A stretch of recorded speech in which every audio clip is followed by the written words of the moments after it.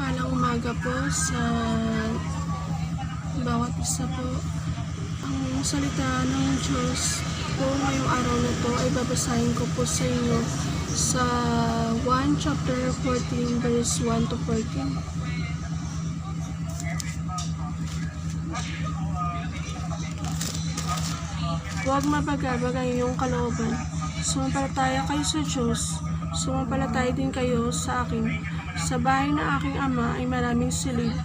Kung hindi ito totoo, sasabihin ko ba sa inyo, pupunta ako roon upang ipaghanda ko kayo ng inyong matitirhan.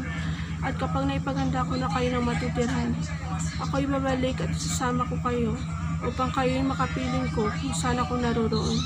At alam na inyo ang daan patungo sa pupuntahan ko. Sinabi sa kanya ni Thomas, Panginoon, hindi po namin alam kung saan kayo pupunta. Paano namin malalaman ang daan?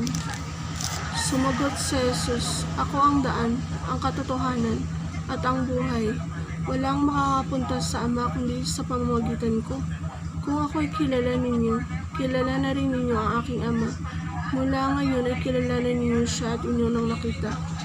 Sinabi sa kanya ni Felipe, Panginoon, ipakita po ninyo sa amin ang Ama at masasya na kami. Sumagot si Jesus, Kay tagalan ninyo akong kasama. Hanggang ngayon, hindi mo pa ako kilala, Felipe.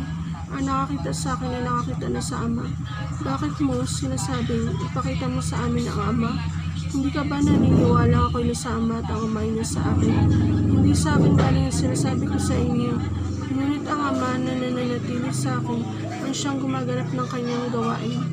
Maniwala kayo sa akin, ako'y nasa Ama at ang Ama ay nasa akin. Kung ayaw ninyo maniwala sa sinasabi ko, maniwala kayo sa mga ginagawa ko. Pakatandaan ninyo, ang nananalig sa akin ay makagagawa ng mga ginagawa ko, at higit pa kaysa rito, sapat babalik na ako sa Ama. At ano mahilingin ninyo sa pangalan ko, ay gagawin ko upang luwalhatiin ang Ama sa pamamagitan ng Anak. Kung hihiling kayo ng anuman sa pangalan ko, ito ay aking gagawin. Purihin ang Panginoon sa pagkabasa ng kanyang salita para sa araw na ito. Thank you po. God bless.